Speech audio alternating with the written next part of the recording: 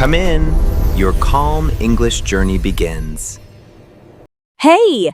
Welcome back to Calm English Studio. I'm Emma, and today I want to talk about something very common, but also very quiet. It's that feeling when you want to stay consistent with English or with anything, but somehow you just don't. And then you start thinking, why am I like this? Why can't I just do it? If you've ever felt that way, you're not alone. And I hope by the end of this episode, you'll feel a little lighter. Yeah, I already feel called out. Because that's me. I really want to learn English. I make plans. I tell myself, this week will be better. But after work, my head is full, my body is tired, and suddenly my plan disappears. I sit down, I open my phone, and 1 hour is gone. Then I say, very seriously, okay, tomorrow. And tomorrow sounds good, but it keeps moving away. That sounds very human. And Leo, when that happens, what do you usually tell yourself? Honestly, I tell myself I'm not disciplined. I say I'm lazy or weak or bad at habits. Sometimes I feel like other people can do it, but I can't. And that makes me feel even heavier, so starting again feels harder. Thank you for saying that out loud. Because here's something I want to say very gently. Maybe the problem is not discipline. Maybe you're not lazy. Maybe you're just tired. Being tired doesn't mean you don't care. It just means you used your energy somewhere else. And when life is full, discipline doesn't feel strong. It feels heavy. That actually changes the picture a little. If I'm tired, maybe I don't need to push harder. Maybe I need a softer way? Exactly. And that's what this conversation is about. Not pushing, not forcing, just finding a way that fits into real life. A way that still works on busy days, on low energy days, even on days when you feel a bit lost. And I want to make a small promise here. If you stay with me until the end, you'll have one simple idea you can use right away. No big plan, no pressure. Just something you can come back to. That already feels different. Because most advice sounds good, but only on perfect days. And perfect days are rare. Haha, very rare. And before we continue, I want to say this softly. If this kind of calm English feels good to you, you can subscribe and stay with us here. We make these episodes slowly, with care, for people who want to learn without stress. And we also prepare a small PDF for each episode. Nothing heavy, just key ideas, simple phrases, and a quiet way to practice after listening. You'll find it in the description if you want it. I like that it's optional. No pressure, just there when you need it. Because learning doesn't need to be loud to be real. So now, let's talk about the smallest step. Not a big habit, just a tiny one. Let's continue. So, let's talk about the smallest step. Because when people say, be consistent, it sounds big. It sounds like you need a strong mind, a perfect routine, and a lot of energy every day. But most of us don't live like that. And if you only study on good days, you don't really build a habit. You build a mood. So today, I want to offer a softer idea. Make it small enough that you can still do it when you're tired. Not an hour, not a full lesson, just 5 minutes.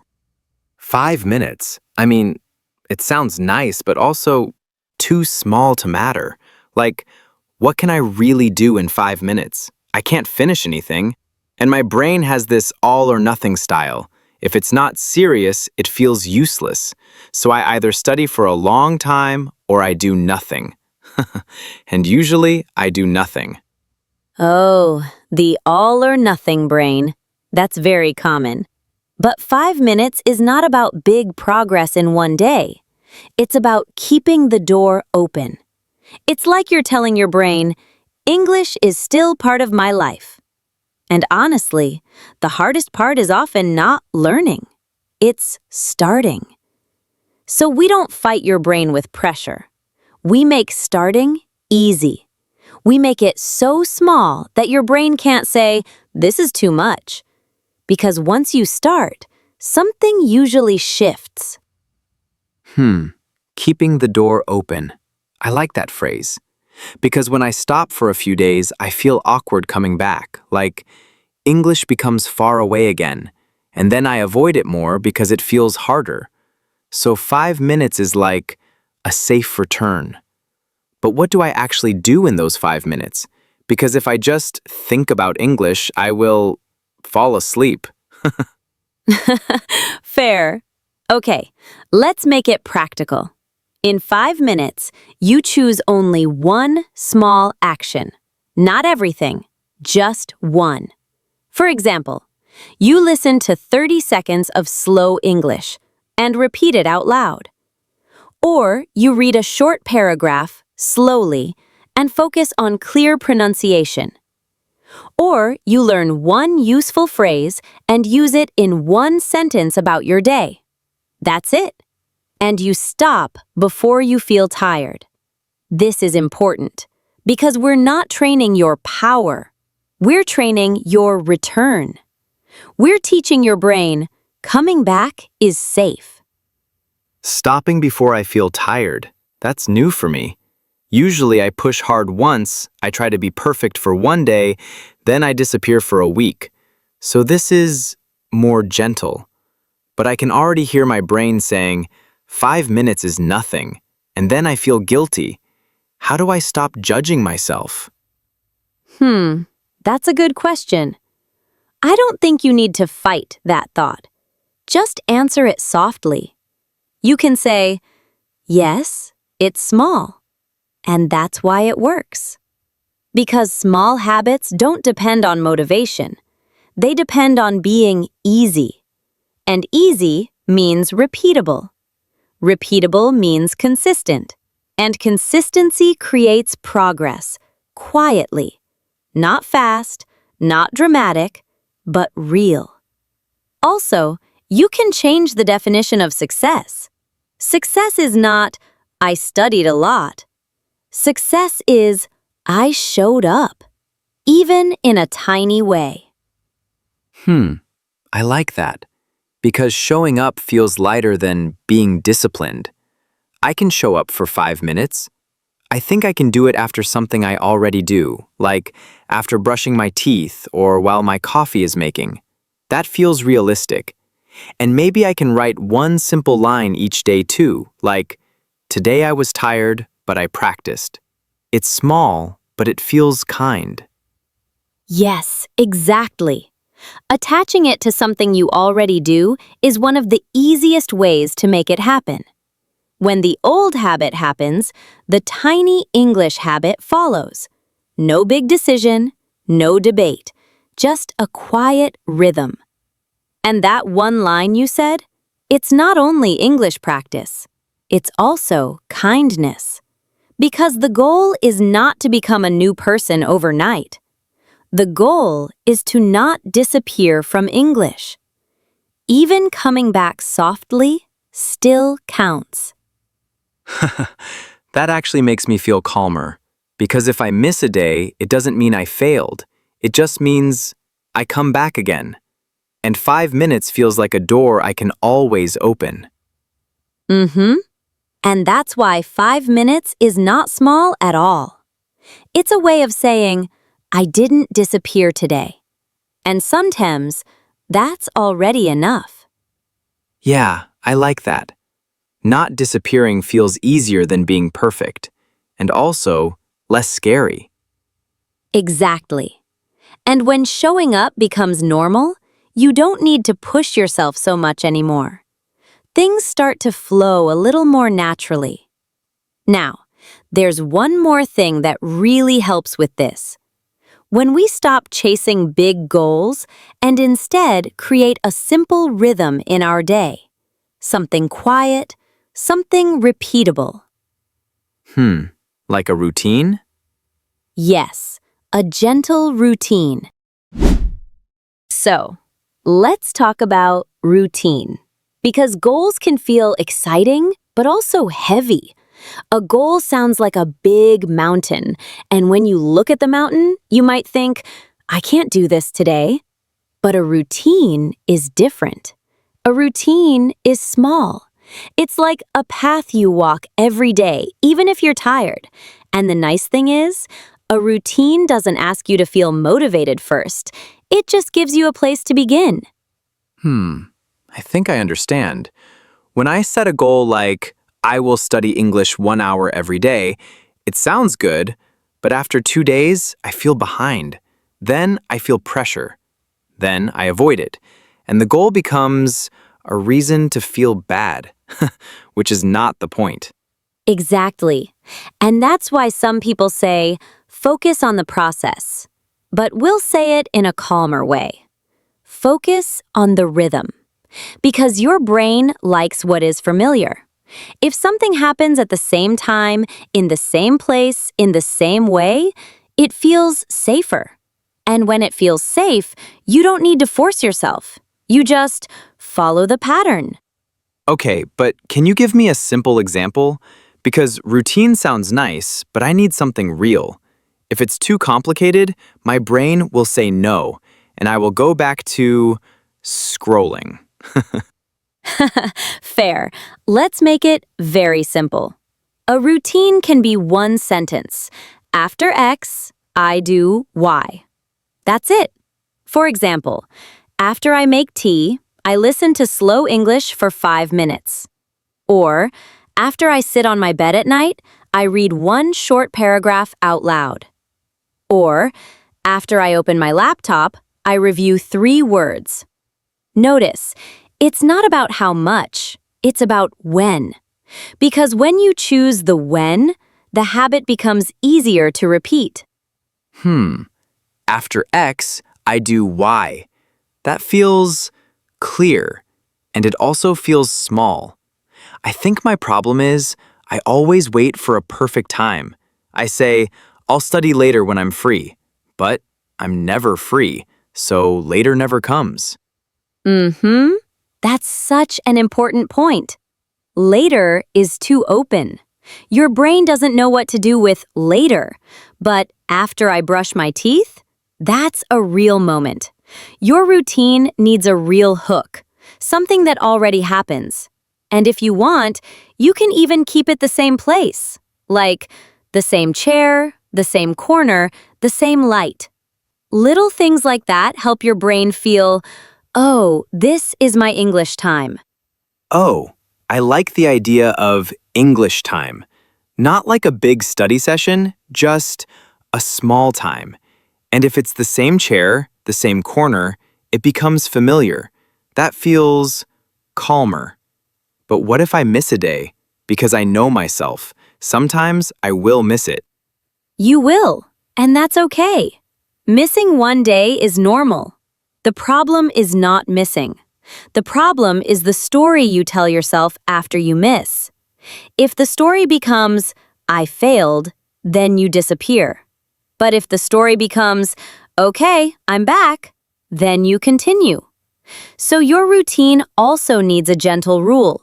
Never miss twice if you can help it. Not in a strict way, just as a soft reminder. Never miss twice. That feels helpful. Because one miss is life. 2 misses becomes a break, and then it's harder to return. Exactly. And I want to say something else. Sometimes people think discipline means doing more. But a calm routine is often about doing less and doing it more often. That's why tiny habits work, and that's why routines help. They protect you from big pressure. This is actually making me rethink discipline. It's not like, be strong. It's more like, make it easy to come back. And honestly, that sounds more realistic for me. Mm-hmm. And if you want a small guide for this, we put a simple routine template in the PDF. Just a few after X, I do Y examples, plus some gentle practice ideas. It's optional, of course, but sometimes it helps to see it written down. Yeah, I like templates. They make my brain feel less messy. Same. Okay, now there's one more piece that can make routines even easier. Because any with a routine, distractions can win, especially when your environment is not helping you. So next, let's talk about how to make your space support you in a very simple, realistic way. Oh, that sounds important because my space is not supportive. My space is snacks and chaos. Okay, then this will be perfect for you. All right, let's talk about space. Because even the best routine can fail if your environment is fighting you. And when I say environment, I don't mean a perfect desk or a quiet room. I just mean what is around you when you try to study. Because your brain is always reacting to what it sees. If your phone is right next to you, if snacks are everywhere, if everything feels noisy, then staying focused becomes very hard. Not because you're weak, but because your environment is louder than your intention. That makes a lot of sense. Because when I sit down to study, my phone is always there, just looking at me. And even if I say, I'll only check one message, suddenly 10 minutes are gone. And then I feel annoyed with myself, and English feels like the problem, even though it's not. Mm-hmm. So instead of asking, how can I be stronger? We can ask a softer question. How can I make this easier? For example, if you want to listen to English, you can leave your headphones on your desk. If you want to read, keep the book open on the page you like. If you use an app, put it on your home screen. These are small things, but they reduce friction. They help you start without thinking too much. Oh, friction. I feel that word. Because when something takes too many steps, my brain just gives up. But if it's already there, already ready, it feels more possible. I could even leave a note on my desk, like, 5 minutes is enough. That might help on tired days. That's a beautiful idea. Because your environment can also speak to you. It can remind you gently instead of judging you. And another part of environment is people. The people you listen to, the voices around you. If you are always hearing fast, perfect English, you might feel small. But when you listen to slow, calm voices, your body relaxes, and learning becomes safer. Yeah, I feel that. When English feels too fast, I want to escape. But when it's slow, I stay. Even if I don't understand everything, I don't feel stressed. That's actually why I like this kind of podcast. It doesn't rush me. I'm really glad to hear that. That's exactly why Calm English Studio exists. We want this to be a space where you don't have to hurry. And if you ever want to practice in the same calm way, the PDF we mentioned earlier is there for you. Just simple questions, short phrases, nothing heavy. You can use it or not.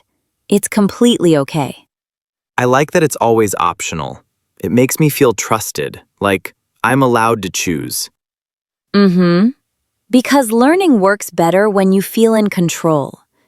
Now, there's one last thing I want to talk about, and it's something many people don't think about. Energy. Not motivation, energy. Because sometimes the reason we don't study is simply that we are empty. Oh, that sounds very real. Because at night, my motivation is gone. But also, my energy is gone. And then I blame myself for not being disciplined when really, I just need rest. Exactly. So next, let's talk about choosing the right time for English. Not the perfect time, just the kindest time for you. I'm curious about that. Because I think I've been choosing the hardest time every day. Okay, let's talk about energy. Because a lot of people think discipline is about willpower. But willpower is not unlimited. It's not something you can use all day without getting tired. And if you work, study, take care of family, deal with stress, by the end of the day, your mind can feel empty. So when you try to study English at night, it's not that you're bad. It's just that you're trying to do something important at the hardest time. Yeah. At night, I tell myself, now I will study. But my brain is like, no. It's not even a debate. And then I feel guilty, and that guilt makes me want to avoid English even more. It becomes a loop. You feel tired, so you avoid English. Then guilt comes in, and you avoid it again. That loop is very common. So instead of pushing harder, we can change one small thing. Timing. Try to place English in a time when your energy is naturally higher. For some people, it's morning. For others, it's lunch break. For others, it's right after work, before they sit down and disappear into the phone. And if you don't know your best time yet, that's okay. You can test it for a few days. Just ask yourself, when do I feel the most clear? Not the most motivated, just the most clear. That's interesting, because I always thought I should study at night, like night is study time. But honestly, my best energy is probably in the morning. Not a lot, just a little. But it's cleaner. If I do 5 minutes in the morning, I think I can do it before my day becomes noisy. Yes, exactly. And this is why tiny habits and routines work so well together. If you pick a good time and you keep it small, your brain doesn't feel threatened. It feels doable. Also, you don't have to make a hard rule like every day forever. You can just say, this week, I'll try 5 minutes in the morning. That's gentle. That's realistic. And then you adjust. I like that, because when I say forever, I panic. But this week feels calm, and if I can do it this week, maybe next week will feel easier. And here's another quiet trick. Reduce decisions, because decisions also use energy. If every day you ask yourself, should I study? What should I study? When should I do it? Your brain gets tired before you even start. So it helps to prepare one simple plan in advance. For example, in the morning, you make tea, you put on your headphones, and you study for 5 minutes. The same thing every day. Less thinking, more flow. Oh, I really need that, because I waste so much time choosing. I open 5 apps, watch 2 videos, save 10 posts, and then I do nothing. If I have one plan, I can just follow it. Exactly. A calm plan protects your energy. And if you want, you can also add one gentle support: accountability. Not strict accountability, just a small connection. Like telling a friend, I'm practicing 5 minutes this week. Or even writing one short comment under a video like, I'm here today. It's a tiny signal, but it helps you return. That actually feels nice. Not like someone is checking me, but like I'm not alone. And if I leave a small comment, it feels like I showed up. Exactly. And if this kind of calm support helps you, you can subscribe and stay close to the channel. We post slow, gentle episodes for learners who want consistency without pressure. No perfect English needed. Just come as you are. I like that. Come as you are. That makes English feel less scary. Good. So now we have the full picture. Tiny steps, a simple rhythm, a supportive space, and kinder timing. And the goal is not to be perfect. The goal is to keep the door open, to not disappear. Even 5 minutes counts. Yeah, I think I finally understand. Discipline is not a hard personality. It's a soft setup. And I can do a soft setup. Mm-hmm. And that's enough. That's more than enough. Before we end, I just want to bring everything back to one simple idea. You don't need a stronger personality. You don't need perfect motivation. You just need a softer way to return. A tiny habit you can do on tired days. A small rhythm in your day. A space that helps you, not distracts you. And a time that feels kind to your energy. Yeah, and I think the biggest change for me is this. I don't want to talk to myself like an enemy anymore. If I miss a day, I don't want to say I failed. I want to say, okay, I'm back. That feels more possible. Mm-hmm. And if you remember one sentence from today, let it be this. Small steps are not small when you do them again. You don't have to do a lot. You just have to not disappear. I like that. Not disappearing feels calm. And honestly, it feels like something I can actually keep. Good. And if you want a quiet way to practice after listening, we made a simple, free PDF for this episode. Just a few key phrases, gentle questions, and a tiny routine template. You'll find it in the description whenever you're ready. No pressure. And if you want to stay with us, you can subscribe too. It's kind of nice to have a calm place to come back to. Mm-hmm. Thank you for being here. Take a deep breath and take one small step. We'll be here when you come back.